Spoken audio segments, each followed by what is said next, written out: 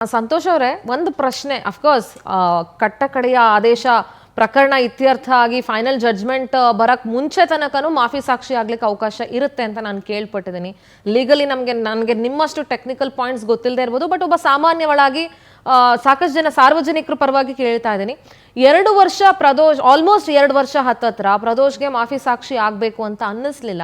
But ಈಗ ಅವರು ಮಾಫಿ ಸಾಕ್ಷಿ ಆಗಬೇಕು ಅನ್ನುವಂಥ ಸಂದರ್ಭ ಅಥವಾ ಅಪ್ರೂವರ್ ಆಗಬೇಕು ಅನ್ನುವಂಥ ಸಂದರ್ಭ ಏನು ಬಂತು ಅವ್ರಿಗೆ ಅಂತ ಏನಾದರೂ ನೀವು ಹೇಳಬಹುದಾ? ಹೇಗೆ ಸದ್ಯಕ್ಕೆ ಈಗ ನಾ ಹೇಳಕ್ಕಾಗೋದಿಲ್ಲ. ಕೋರ್ಟಲ್ಲಿ ಅಪ್ಲಿಕೇಶನ್ಸ್ ಪೆಂಡಿಂಗ್ ಇರೋದ್ರಿಂದ ಯಾವ ವಿಚಾರಕ್ಕೋಸ್ಕರ ಅವರು ಅಪ್ರೂವರ್ ಆಗ್ತಿದ್ದಾರೆ ಅನ್ನೋದು ವಿಚಾರ ಅಂತ ಹೇಳಕ್ಕಾಗೋದಿಲ್ಲ. ಬಟ್ ಕಾನೂನಲ್ಲಿ ಅವಕಾಶ ಇದೆ, ಅವಕಾಶ ಇದೆ. ಒಂದು ವಿಚಾರ, ಯೂಶಲ್ ಆಗಿ ಯಾವುದೇ ಮಾಫಿ ಸಾಕ್ಷಿ ಆದ್ರೆ ಒಂದು ವಿಚಾರ ಅವ್ರ ಮನಸ್ಸಲ್ಲಿ ಇರದೆ, ಇಲ್ಲ ನಾನು ತಪ್ಪು ಮಾಡಿದೀನಿ, ಇನ್ನ ಅದೊಂದು ಪಾಪ ಪ್ರಜ್ಞೆ ಒಂದು ಇದ್ದೇ ಇರುತ್ತಲ್ವಾ, ಆ ವಿಚಾರಕ್ಕೆ ಎನಿ ಟೈಮ್ ಮೇಕರ್ ಮಾಡ್ಕೋಬಹುದು. ಆ ವಿಚಾರ ಇವಾಗಲೇ ಬಂತು, ಅವತ್ತೇ ಬರ್ಬೋದಾಗಿತ್ತು ಅನ್ನೋದು ಕೂಡ ಹೇಳ್ಬೋದು. ಬಟ್ ಸಿಚುವೇಶನ್ ಸರ್ಕಮ್ಟೆನ್ಸಸ್ ಚೇಂಜ್ ಆದಾಗ ಯಾವಾಗ ಬೇಕಾದ್ರೆ ಅದನ್ನ ನೀವು ಚೇಂಜಸ್ ಆಗ್ತದೆ ಮನುಷ್ಯ. ಈಗ ಆ ವ್ಯಕ್ತಿಗೆ ಅವತ್ತು ಸ್ಟಾರ್ಟಿಂಗ್ ಅರೆಸ್ಟ್ ಆದಾಗ ಅವ್ರಿಗೆ ಮಾಡೋ ಅವಶ್ಯಕತೆ ಇಲ್ಲದೆ ಇರ್ಬೋದು. ಬಟ್ ಇವತ್ತಿನ ಸಿಚುವೇಶನ್ಸ್ ಅಲ್ಲಿ ಸರ್ಕಮ್ಟೆನ್ಸಸ್ ಅಲ್ಲಿ ಅದು ಮಾಡುವಂತ ಅವಶ್ಯಕತೆ ಅವ್ರಿಗೆ ಬಂತು. ಆ ಕಾರಣಕ್ಕೋಸ್ಕರ ಅವರು ಆ ಮಾಫಿ ಸಾಕ್ಷಿ ಆಗ್ಬೇಕು ಅನ್ನೋದನ್ನ ನಮ್ಗೆ ಅಪ್ರೋಚ್ ಮಾಡಿದ ಬೇಸಿಸ್ ಮೇಲೆ ನಾವು ಅಪ್ಲಿಕೇಶನ್ಸ್ ಹಾಕಿದೀವಿ. ಸರ್, ಇವಾಗ ಈ ಪ್ರಕರಣದಲ್ಲಿ ಇನ್ನೂ ಇಬ್ರು ಮಾಫಿ ಸಾಕ್ಷಿ ಆಗೋದಕ್ಕೆ ಅರ್ಜಿ ಸಲ್ಲಿಸ್ತಾ ಇದ್ದಾರೆ ಅನ್ನೋ ಮಾತುಗಳಿತ್ತು, ಅದ್ರ ಬಗ್ಗೆ ಏನಾದ್ರು ಹೇಳ್ತೀರಾ? ಹೌದು, ಅರ್ಜಿ ಸಲ್ಲಿಸಿದ್ರು, ಇನ್ನೂ ಪರಿಗಣಿಸಿಲ್ಲ ಕೋರ್ಟ್. ಬೇಕಾದ್ರೆ SPP ಅವರು ಕೂಡ ಅದಕ್ಕೆ ಅಬ್ಜೆಕ್ಷನ್ಸ್ ಹಾಕ್ಬೇಕಾಗತ್ತೆ. ಬಟ್ ಅಪ್ಲಿಕೇಶನ್ಸ್ ಇನ್ನೂ ಪೆಂಡಿಂಗ್ ಇದೆ. ಬಟ್ ನಮ್ಮ ಅಪ್ಲಿಕೇಶನ್ಸ್ಗೆ SPP ಅವರು ಆಲ್ರೆಡಿ ಅಬ್ಜೆಕ್ಷನ್ಸ್ ಏನ್ ಹೇಳಿದ್ದಾರೆ, ವಿತ್ ಕಂಡೀಷನ್ಸ್ ಅಪ್ಲಿಕೇಶನ್ ಕನ್ಸಿಡರ್ ಮಾಡಬಹುದು. ಅದೇ ಅವ್ರು ಪೂರ್ತಿಯಾಗಿ ಏನು ಅಲ್ಲಿ ಏನ್ ನಡೆದಿದೆಯೋ ಆ ಸತ್ಯ ಘಟನೆಯನ್ನ ಪೂರ್ತಿ ಆಸ್ ಇಟ್ ಈಸ್ ಹಾಗೆ ಹೇಳಬೇಕು.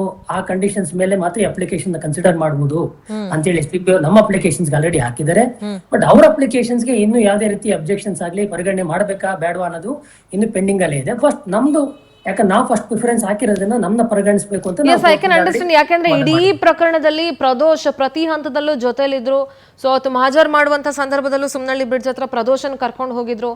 ಸೊ ಪ್ರದೋಷ್ ಪಾತ್ರ ಇದರಲ್ಲಿ ದೊಡ್ಡದಿದೆ ಅನ್ನೋದು ಎಲ್ರಿಗೂ ಗೊತ್ತಿತ್ತು, ಫಸ್ಟ್ ಇಂದನೂ ಇದ್ದಾರೆ ಅಂತ. ಸೊ ಹಾಗಾಗಿ ಆ ಬೇಸಿಸ್ ಮೇಲೂ ಅವರ ಅರ್ಜಿ ಪರಿಗಣನೆ ಆಗಬಹುದು ಅಂತ ಕೂಡ ಹೇಳಲಾಗ್ತದೆ.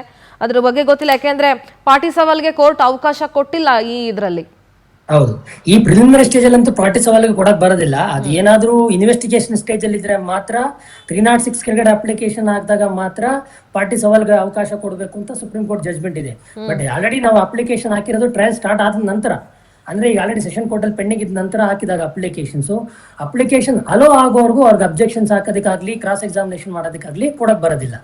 ಈಗ ಇವ್ರು ಏನ್ ಸ್ಟೇಟ್ಮೆಂಟ್ ಏನಿದೆಯೋ ಆ ಕಂಟೆಂಟು ನಾಳೆ ದಿವಸ ಏನು ಆಲ್ರೆಡಿ ಕೇಸಲ್ಲಿ ಏನ್ ಪೆಂಡಿಂಗ್ ಇದೆ ಅದಷ್ಟಕ್ಕೂ ಮ್ಯಾಚ್ ಆಗ್ಬೇಕಾಗತ್ತೆ.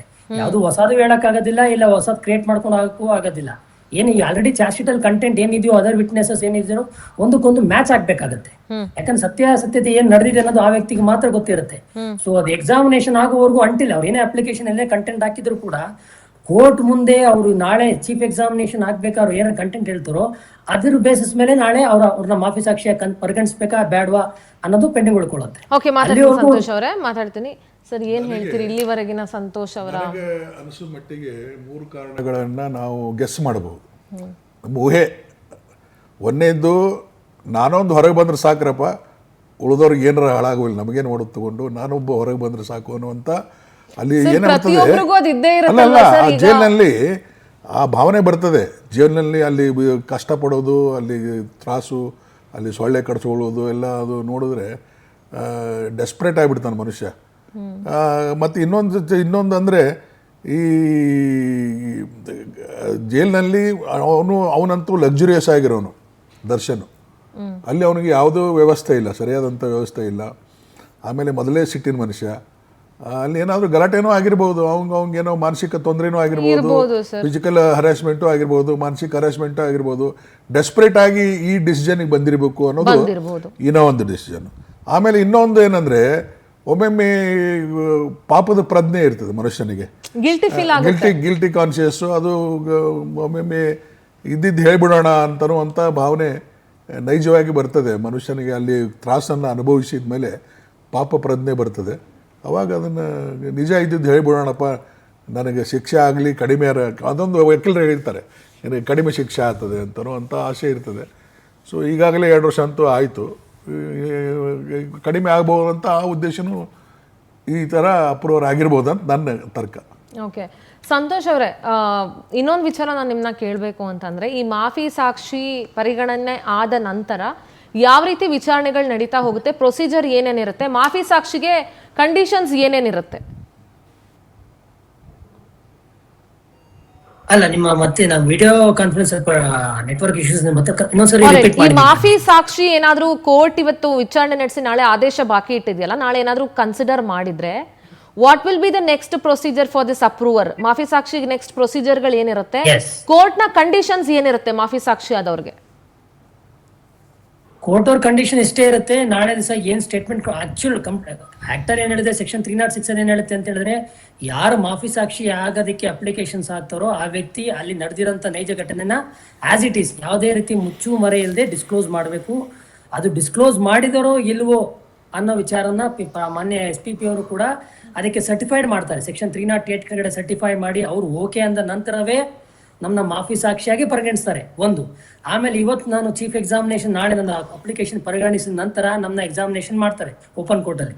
ಆ ಎಕ್ಸಾಮಿನೇಷನ್ ನಾವೇನು ಕಂಟೆಂಟ್ ಹೇಳ್ತೀವೋ ಅದು ಕ್ರಾಸ್ ಎಕ್ಸಾಮಿನೇಷನ್ ಕೂಡ ಕಂಟೆಂಟ್ ಹಂಗೆ ಕಂಟಿನ್ಯೂ ಆಗಬೇಕಾಗುತ್ತೆ ಹೊರತು ನಾವು ಕ್ರಾಸ್ ಎಕ್ಸಾಮಿನೇಷನ್ ಯಾವುದೇ ರೀತಿ ನಾವು ಹಿಂದೆ ಅಂತ ಕೊಟ್ಟಂತ ಸ್ಟೇಟ್ಮೆಂಟ್ಗೆ ಉಲ್ಟಾ ಹೊಡೆಯೋ ಅವಶ್ಯಕತೆ ಮಾಡಂಗಿಲ್ಲ.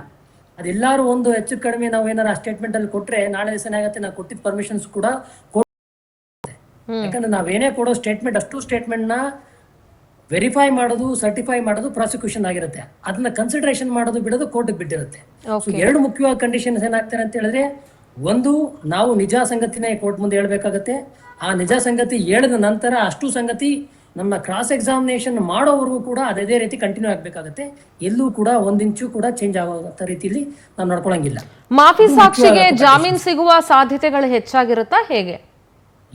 ಇಲ್ಲ, ಮಾಫಿ ಸಾಕ್ಷಿಗೆ ಏನಾಗ್ತಾರೆ, ಜಾಮೀನ್ ಕೊಡ್ಬೇಕು ಅಂತ ಹಲವಾರು ಜಡ್ಜ್ಮೆಂಟ್ಗಳು ಇದಾವೆ. ಯಾಕೆ ಜಾಮೀನ್ ಕೊಡಬಾರ್ದು ಅಂತ ಹೇಳಿದ್ರೆ ಒಂದೇ ವಿಚಾರವಾಗಿ ಯಾಕೆ ಜಾಮೀನು ಕೊಡಬಾರ್ದು, ಕಸ್ಟಡಿಯಲ್ಲಿ ಇಟ್ಕೋಬೇಕು ಅಂತ ಹೇಳ್ತಾರೆ ಅಂದ್ರೆ ಅವ್ರಿಗೆ ಪ್ರೊಟೆಕ್ಷನ್ ಕೊಡೋ ವಿಚಾರಕ್ಕೋಸ್ಕರ ಅಷ್ಟೇ.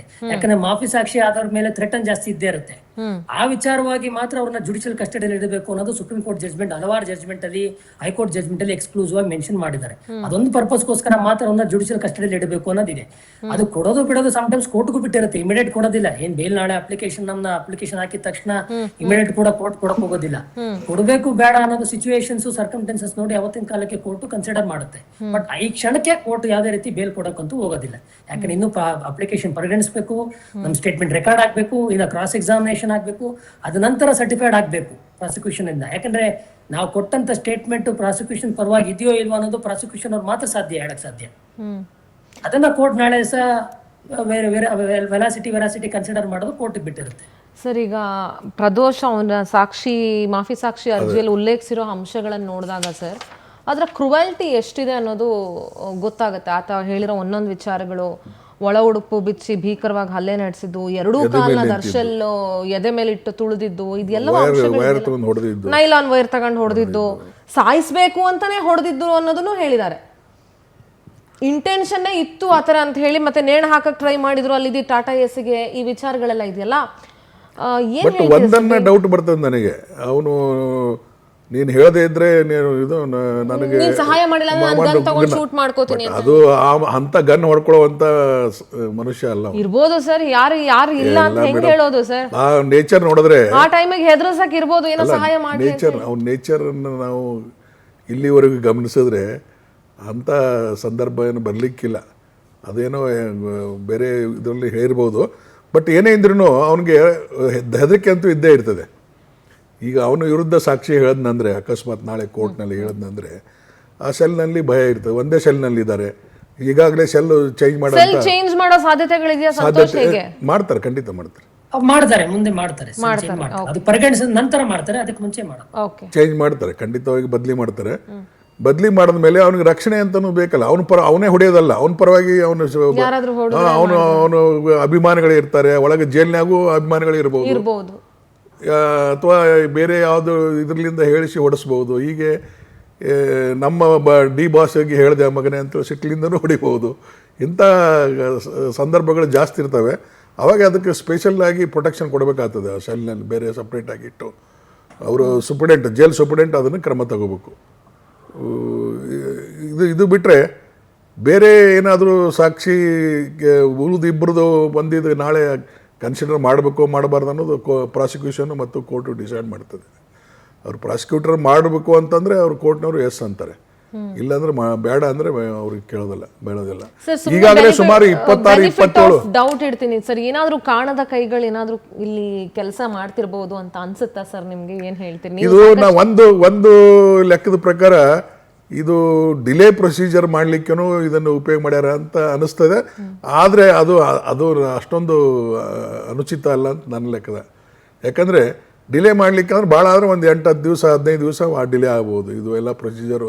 ಯಾಕಂದ್ರೆ ಒಂದು 2-3 ದಿವಸ ಅವ್ರಿಗೆ ಟೈಮ್ ಕೊಡ್ತಾರೆ. ಈಗ ಆರೋಪಿ ಏನಿದ್ದಾನೆ ಅವನಿಗೆ ಟೈಮ್ ಕೊಡ್ತಾರೆ. ನೀನು ಸ್ವ ಇಚ್ಛೆಯಿಂದ ನೋಡಪ್ಪ, ನಾಳೆ ಶಿಕ್ಷೆ ಆದರೆ ನೀನು ಅದಕ್ಕೆ ಒಳಗೆ ಹೋಗ್ತೀಯ, ಅವನಿಗೆ ಶಿಕ್ಷೆ ಆದರೆ ಮರಣದಂಡನೆ ಅಥವಾ ಇದು ಜೀವಾವಧಿ ಶಿಕ್ಷೆ ಆಗುವಂಥ ಕೊಲೆ ಕೇಸ್ನಲ್ಲಿ ಇದ್ದಾನವನು. ನೀನು ಹೇಳೋದ್ರ ಮೇಲೆ ಡಿಪೆಂಡ್ ಇದೆ. ಅದಕ್ಕೆ ನೀನು ಯಾರು ಆಮಿಷ ಒಡ್ಡಿದ್ರೆ ಹಂಗೋ, ಯಾರು ಬೆದರಿಕೆ ಹಾಕಿದ್ರೆ ಹಂಗೋ, ಇನ್ನು ಅಥವಾ ನೀ ಯಾವ ಉದ್ದೇಶದಿಂದ ಹೇಳಿಕ್ಕೆ ಬಂದೀಯ ಅದನ್ನು ತಿಳ್ಕೊಂಡು ಬಂದು ನನಗೆ ಹೇಳು, ನೀನೇ ವಿಚಾರ ಮಾಡಿ ಹೇಳಿ ಅಂತ ಅವನೊಂದು 4-5 ದಿವಸ ಟೈಮ್ ಕೊಡ್ತಾರೆ. ಇದೆಲ್ಲ ಮಾಡೋದ್ರಿಂದ ಟೈಮ್ ಪುಲಾನ್ ಆಗ್ತದೆ ನೋಡಿ. ಈ ಸುಪ್ರೀಂ ಕೋರ್ಟ್ ಏನು ಹೇಳಿದೆ, 1 ವರ್ಷದಲ್ಲಿನೇ ಎಲ್ಲ ಮುಗಿಸ್ಬೇಕಂತ ಹೇಳಿದೆ. ಈಗ 3 ಜನನೂ ಕನ್ಸಿಡರ್ ಮಾಡಿ ಅಪ್ಲಿಕೇಶನ್ ಕೊಟ್ಟು ಅದನ್ನು ಈ ಪ್ರೊಸೀಜರ್ ಫಾಲೋ ಮಾಡಿದ್ರಾಗ 15 ದಿವಸ ಹಂಗೆ ತಳ್ಕೊಂತ ಹೋಗಿಬಿಡ್ತದೆ. ಅದು ಒಂದಂತ ಕಾರಣ ಹೇಳ್ತಾರೆ. ಬಟ್ ಅದೇ ಕಾರಣ ಇರಲಿಕ್ಕಿಲ್ಲ ನನ್ನ ಲೆಕ್ಕದಲ್ಲಿ, ಅಷ್ಟೊಂದು ಡಿಲೇ ಏನು ಆಗಲಿಕ್ಕಿಲ್ಲ. ಯಾಕಂದ್ರೆ ಸುಪ್ರೀಂ ಕೋರ್ಟ್ ಡೈರೆಕ್ಷನ್ ಕೊಟ್ಟಿರೋದ್ರಿಂದ ಅವರು ಲಾಂಗ್ ಪೀರಿಯಡ್ ಕೊಡೋಕ್ಕಿಲ್ಲ, ಒಂದು 2 ಡೇಸ್ ಕೊಡ್ಬೋದು ಮೋಸ್ಟ್ಲಿ, ಇದು ತಿಳ್ಕೊಂಬಂದು ಹೇಳ ಅಂತ.